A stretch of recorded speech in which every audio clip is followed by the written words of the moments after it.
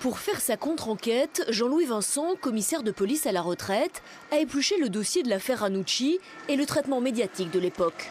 On fait donc croire aux gens que Ranucci dans cette affaire était innocent. Je prétends que ce n'est pas vrai et j'apporte des arguments qui, me semble-t-il, démontrent que Ranucci était bien coupable. Le 3 juin 1974, la petite Maria Dolores et son frère jouent au pied de cet immeuble. Un homme les aborde et fait monter la fillette dans sa voiture. Durant son audition, Ranucci fera un plan précis de ce lieu, imparable pour le commissaire.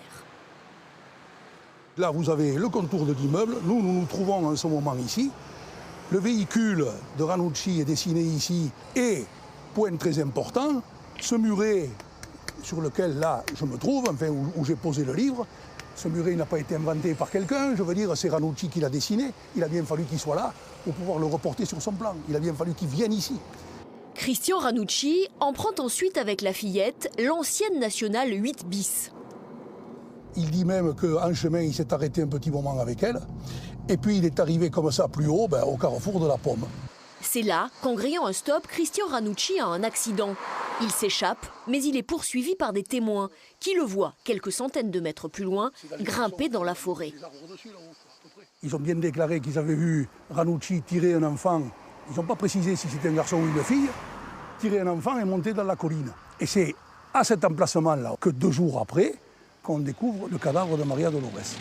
Mais à l'époque, les avocats de la défense parlent de la possibilité d'un autre homme, le véritable meurtrier, qui aurait laissé à proximité son pullover rouge, une thèse qui a suscité le doute. Le pullover rouge n'a rien à voir avec cette affaire, mais ça c'est l'effet du succès du livre de Gilles Perrault qui a fait que son livre intitulé Le pullover rouge a envahi tout l'espace. Et aujourd'hui, donc, pullover rouge, c'est le symbole même, en quelque sorte, de cette affaire et d'une soi-disant erreur judiciaire.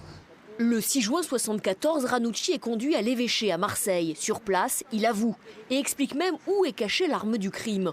On retrouvera un pantalon taché du sang de la victime dans sa voiture. Il est coupable, mais manifestement, les éléments du dossier le montrent. Il a agi dans un moment de déséquilibre total, de folie.